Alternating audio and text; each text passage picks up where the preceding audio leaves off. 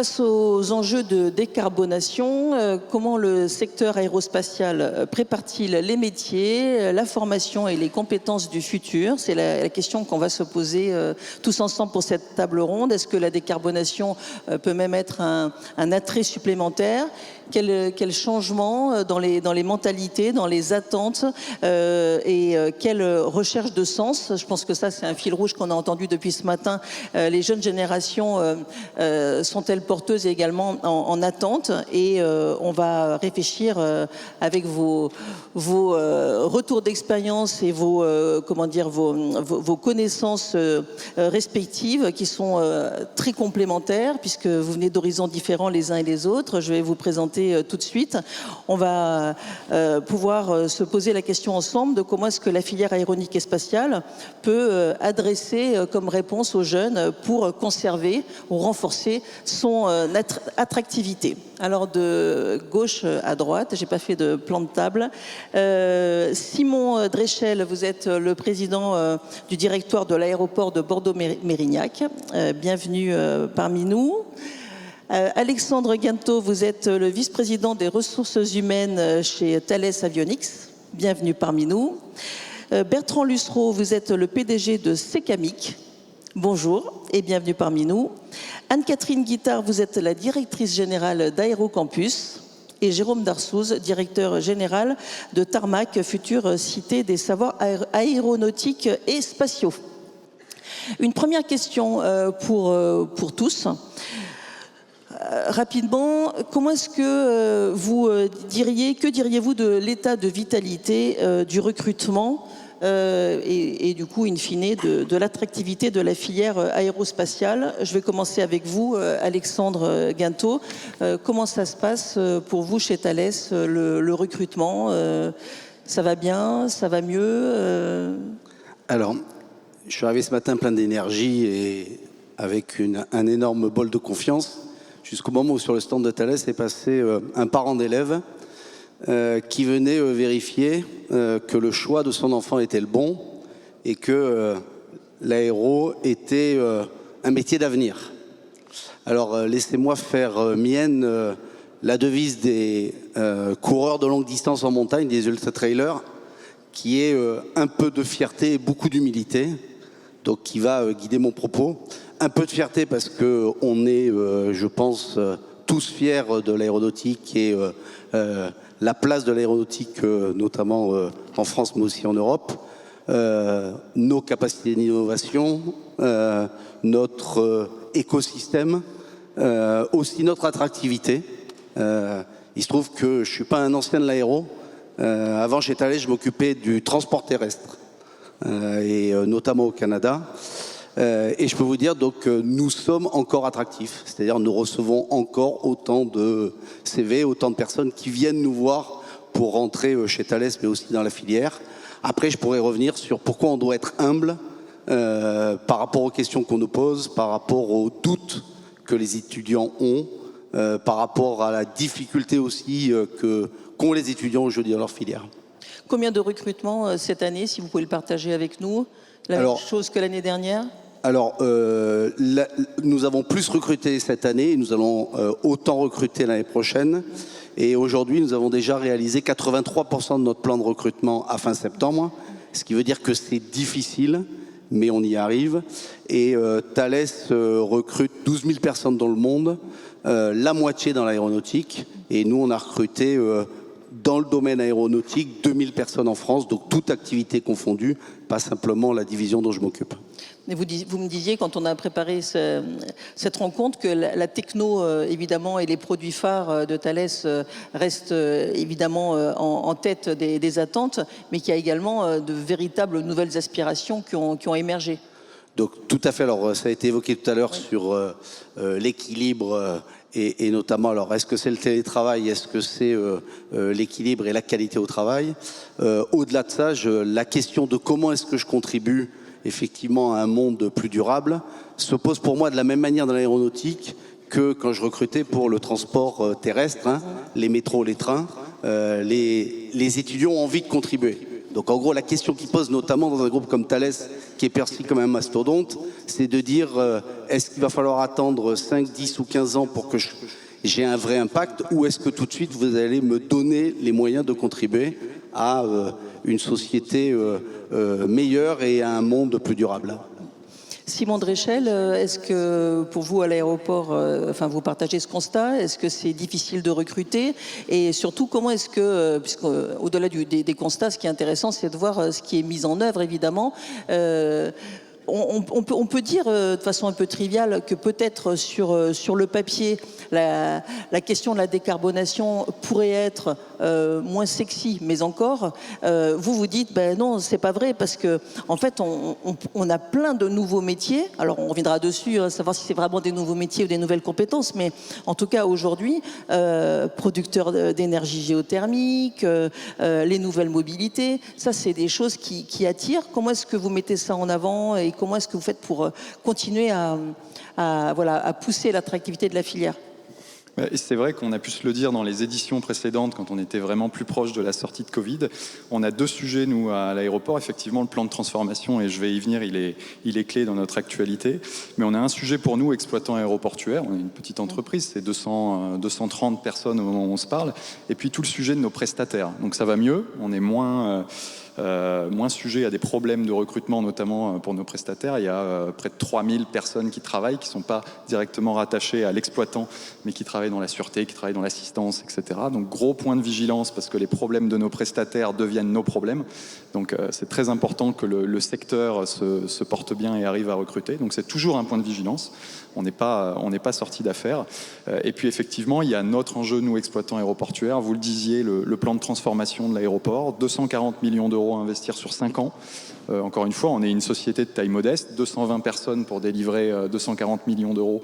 On comprend que l'équation est quand même assez compliquée.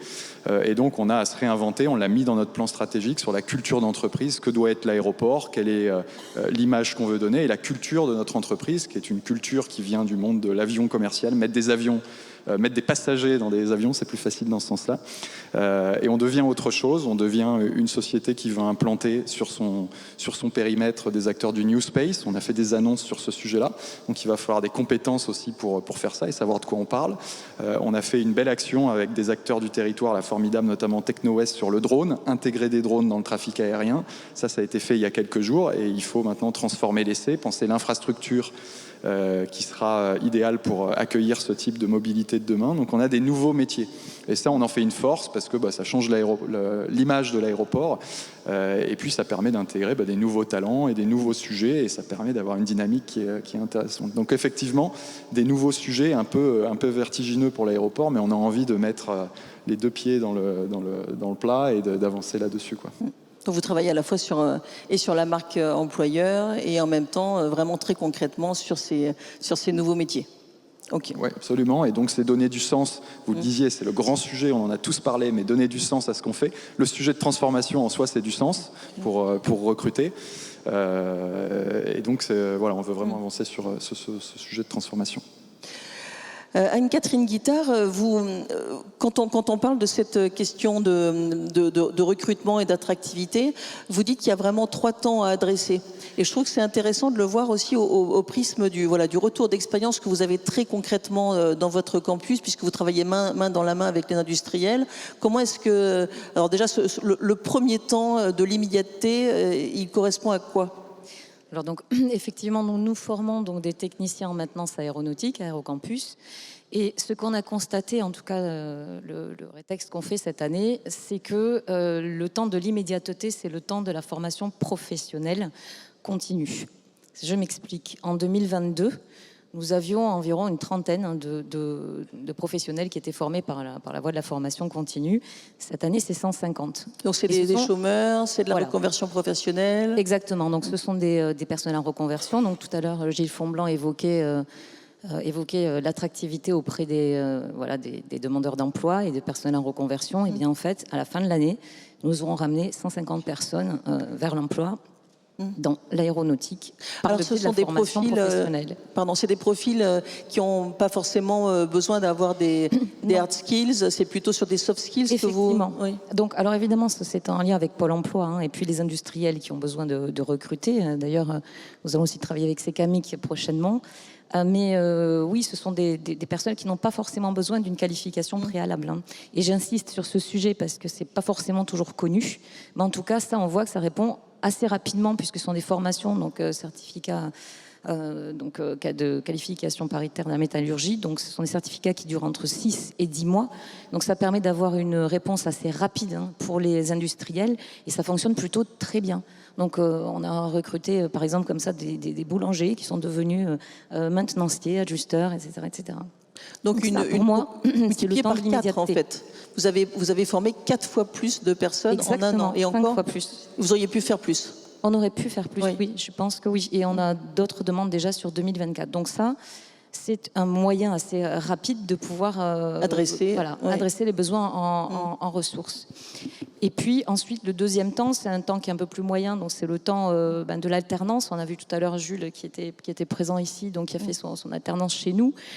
Aujourd'hui, j'ai des industriels avec lesquels nous sommes partenaires, par exemple, qui, eux, nous demandent des classes entières, en fait, hein, d'alternants à former sur les années à venir.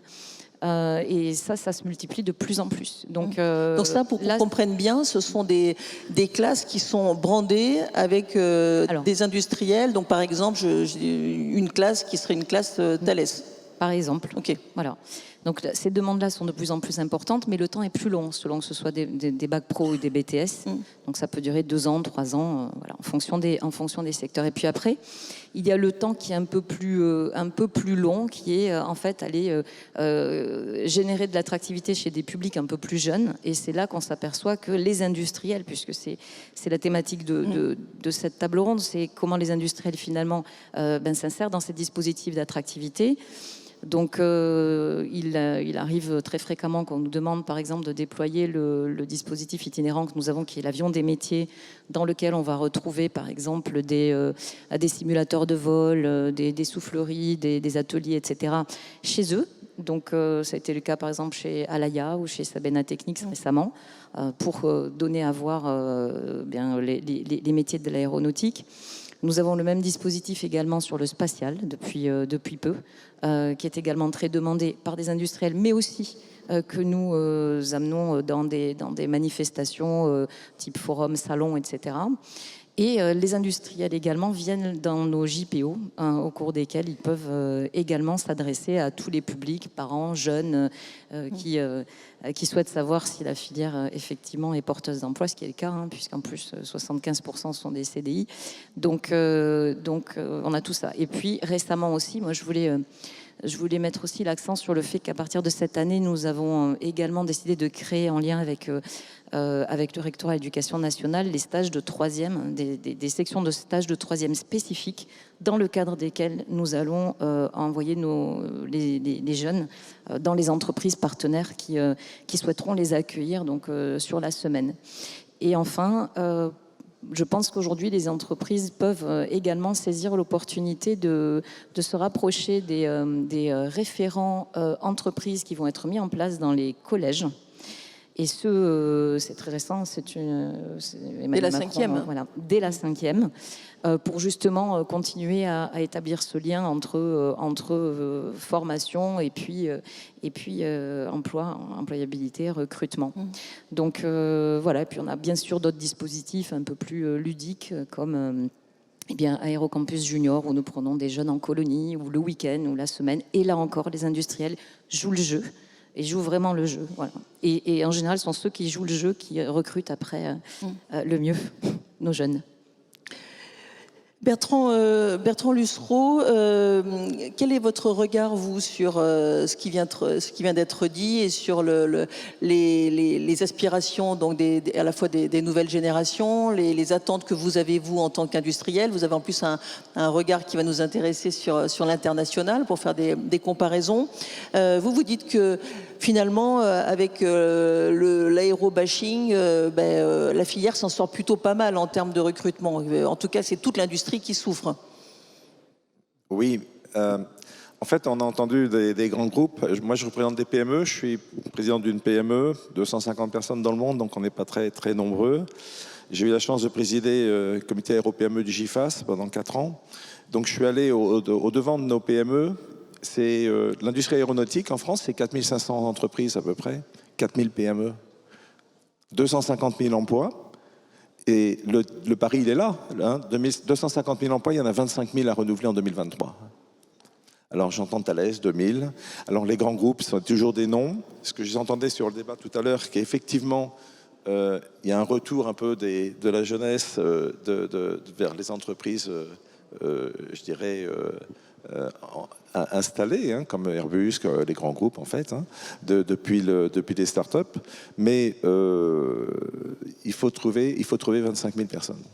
Et c'est compliqué. Mais ce n'est pas l'aéronautique qui a du mal à recruter, à mon sens, c'est l'industrie. L'industrie n'est pas sexy, elle n'attire pas nos jeunes. Donc il va falloir qu'on se remette en cause, qu'on retrouve vraiment des bons moyens. Moi, je ne suis pas sûr que de dire à un jeune, et on en reçoit tous les jours, hein, qui veulent des 2-3 jours de télétravail pour machin, etc. Bon, très bien.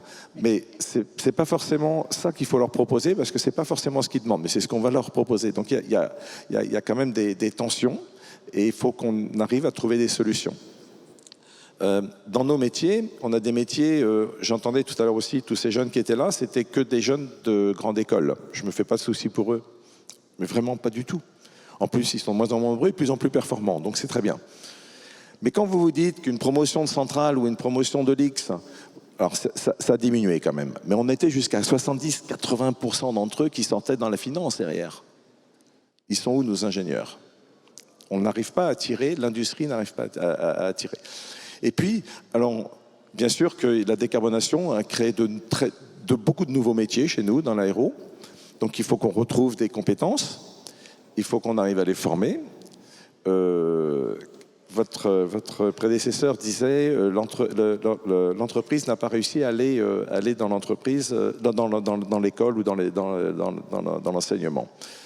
Alors, c'est pas vrai, puisque vous êtes en train de dire le contraire, mais c'était vrai. Et combien de fois j'ai entendu jusqu'à l'année dernière des syndicats de professeurs qui refusent que l'entreprise aille se présenter, aille faire des présentations d'entreprise dans les écoles.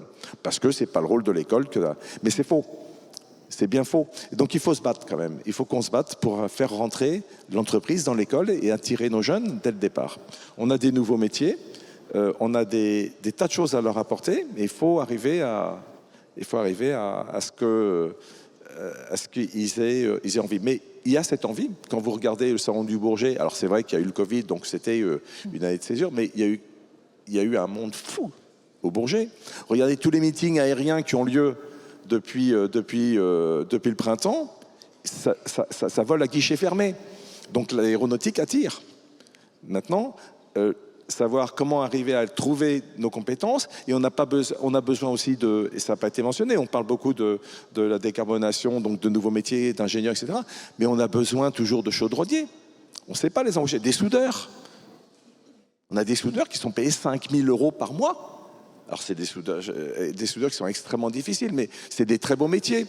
Et on n'en trouve pas. On n'en trouve pas. Et de surcroît, la PME n'est pas forcément... on est entre deux, on est entre des startups qui sont très attirantes parce que c'est de l'innovation, c'est de la nouvelle techno, c'est passionnant pour un jeune, je le comprends. Et puis les grands groupes qui apportent une sécurisation, qui apportent aussi de la techno, qui apportent aussi beaucoup de dynamisme. Et nous, on est entre les deux, il faut arriver à les attirer. Donc c'est pas si facile. On reviendra justement tout à l'heure sur la question de la collaboration entre les startups, les grands groupes. Est-ce qu'il y a des choses intéressantes et des pistes à évoquer? Jérôme Darsouz, je suis sûr que vous avez envie de rebondir sur plusieurs choses qui ont pu être dites, peut-être sur la méconnaissance des métiers, l'adéquation aussi des gens, les gens qui sont en charge de l'orientation. Il ne s'agit pas du tout de taper sur l'éducation nationale, mais c'est aussi pour ça que Tarmac a été créé. C'est pour travailler en amont et faire connaître la filière. Pour vous, c'est une des choses sur lesquelles il faut axer. Et puis aussi, je crois que vous avez peut-être envie de rebondir sur ces nouveaux métiers, puisqu'il y a un diagnostic d'Aerospace Valley sur lequel vous avez peut-être deux mots à dire. Ces nouveaux métiers ou nouvelles compétences? Déjà, par rapport à votre première remarque, effectivement, c'est l'ADN même de Tarmac, qui est de faire connaître les nouveaux métiers, de faire connaître les métiers tout court. auprès du plus grand public. On a un sujet, on est sur un marché de l'emploi. Dans le marché de l'emploi, il y a marché. Donc on est aujourd'hui en concurrence, notre secteur est en concurrence avec d'autres secteurs. Ça a été dit tout à l'heure dans d'autres tables rondes,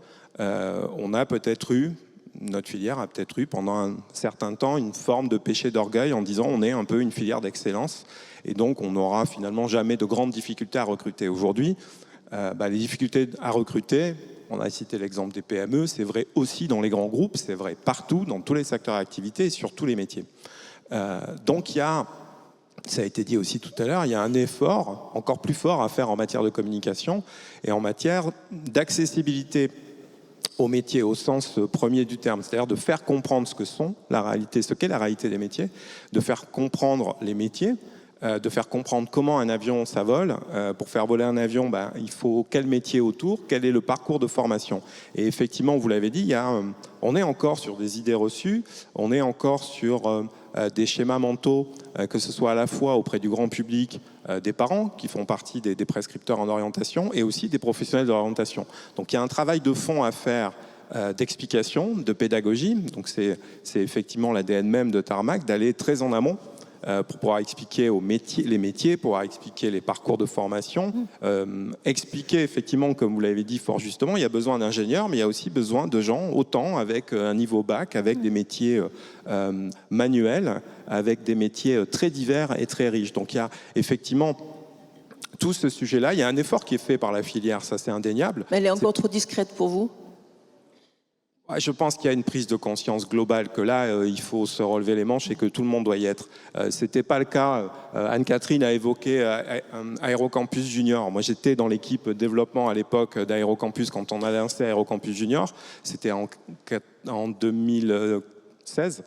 La première année, aucune entreprise a accepté de recevoir des collégiens parce que c'était des collégiens, donc trop jeunes.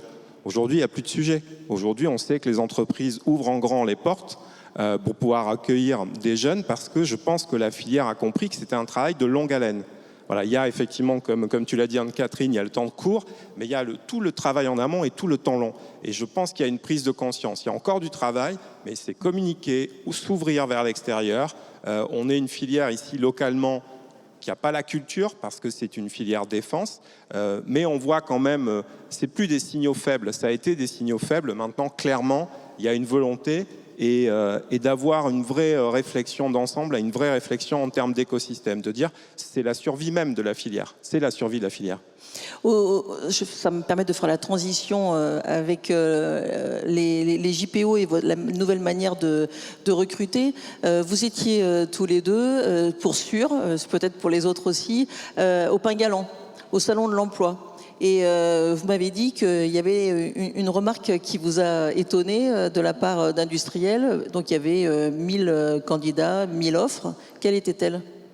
Oui, c'était la semaine dernière, on a co-organisé avec la ville de Mérignac, avec la ville du Haillan et de Saint-Médard et Bordeaux Métropole et Pôle emploi. On a organisé un forum de l'emploi. Il y a eu plus de 1000 personnes qui sont venues. Et la remarque effectivement de certains industriels, c'est de dire mais ils sont où ces gens ? C'est des CV qu'on ne voit pas.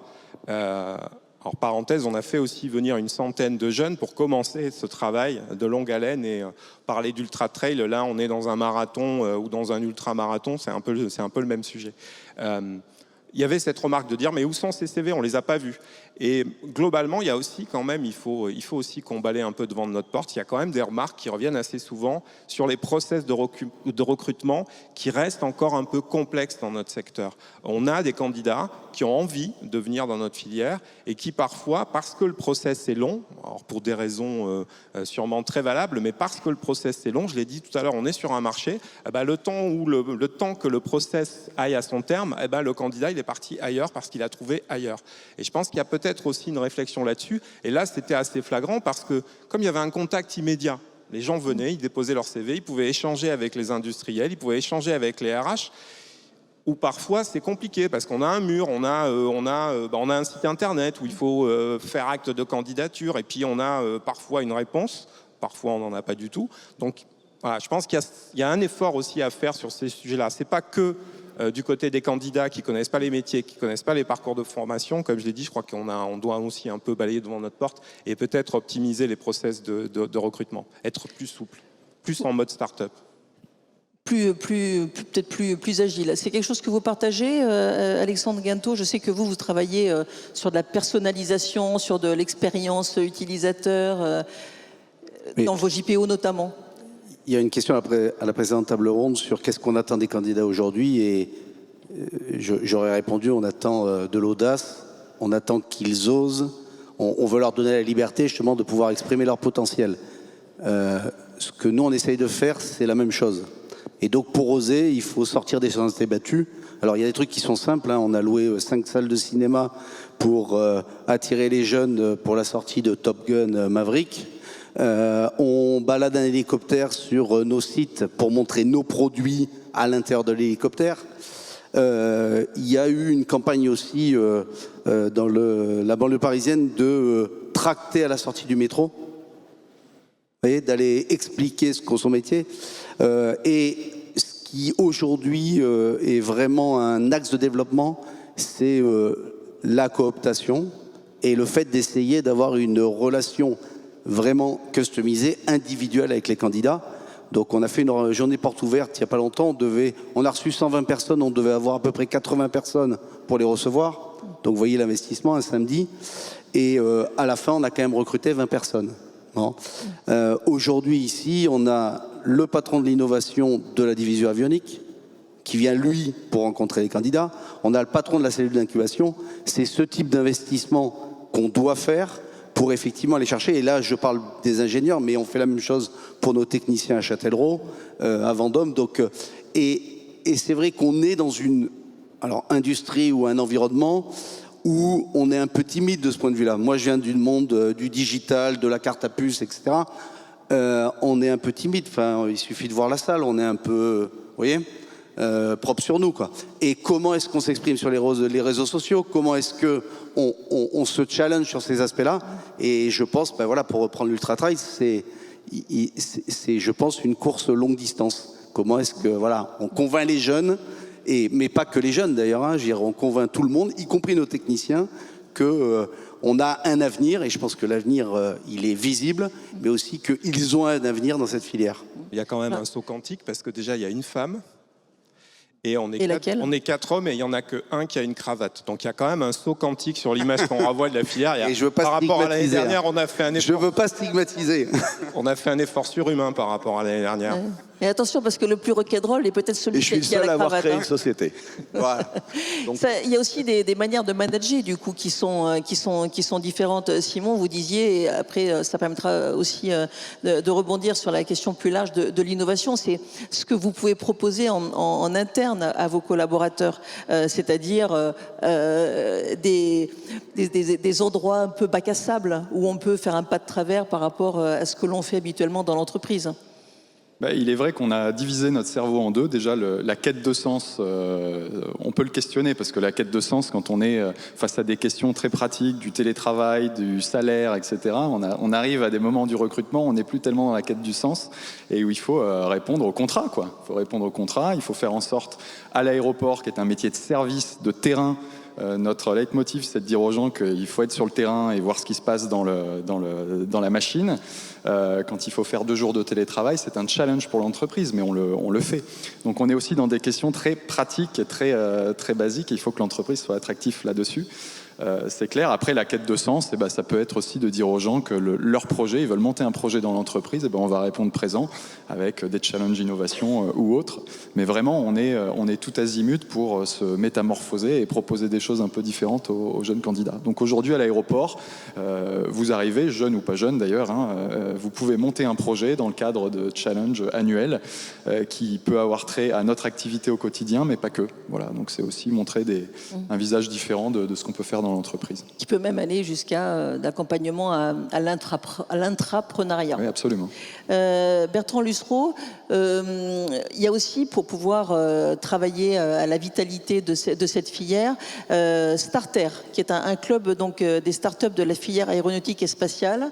Vous pensez, et je sais que vous y travaillez et vous y mettez beaucoup d'énergie, vous pensez que c'est un levier aussi pour pouvoir travailler l'attractivité par les grands groupes et les startups? Alors, la démarche qu'on a eue au sein du GIFINS, quand j'ai co-créé Starter avec Philippe Gauthier, quand on a eu cette idée, on a été un petit peu long. C'est vrai qu'on est un peu guindé dans l'aéronautique et au niveau du GIFINS, peut-être aussi une vieille dame à secouer. Mais ça a le mérite quand même d'être solide et d'être extrêmement solidaire et d'être extrêmement moderne quand même. Malgré tout, on s'est aperçu quand même qu'on avait beaucoup de start-up qui se créaient en France dans le domaine de l'aéronautique, notamment sur des nouvelles technos, hein, et que beaucoup d'entre elles d'ailleurs étaient des spin-offs de centres de recherche, spin-off de Thales, spin-off d'Airbus, et qu'il fallait les accompagner parce que si on ne voulait pas les voir partir sous capitaux chinois, russes à l'époque, un peu moins en ce moment, ou américains, voire israéliens, il fallait savoir les garder en France. Et ça, c'était vraiment important pour nous parce que ce sont nos technologies et ce sont nos ingénieurs et on veut les garder. Donc, ça a été l'idée de Starter. Et on les a fait pitcher les unes derrière les autres. Il y a des sessions qui ont lieu. Je crois qu'on en est à la 5e ou 6e session. On en est aujourd'hui, un peu plus d'un an après la création de Starter, à 50 startups. Et je peux vous dire que dedans, vous avez des équipementiers, mais il y a aussi des nouvelles technologies. Il y a beaucoup de spatial, avec des nouvelles technologies, des nouveaux systèmes de propulsion pour le satellite, des choses comme ça, et des produits finis, des équipements, des VTOL, des avions électriques. C'est extraordinaire ce qu'on peut voir. Et ça, il ne faut pas les laisser partir. Je pense que c'est important. Merci pour ce dernier témoignage. Nous sommes arrivés à la fin de cette table ronde. Merci à tous les 5 d'avoir partagé avec nous les réponses et les mobilisations des acteurs industriels que vous êtes pour le devenir de la filière.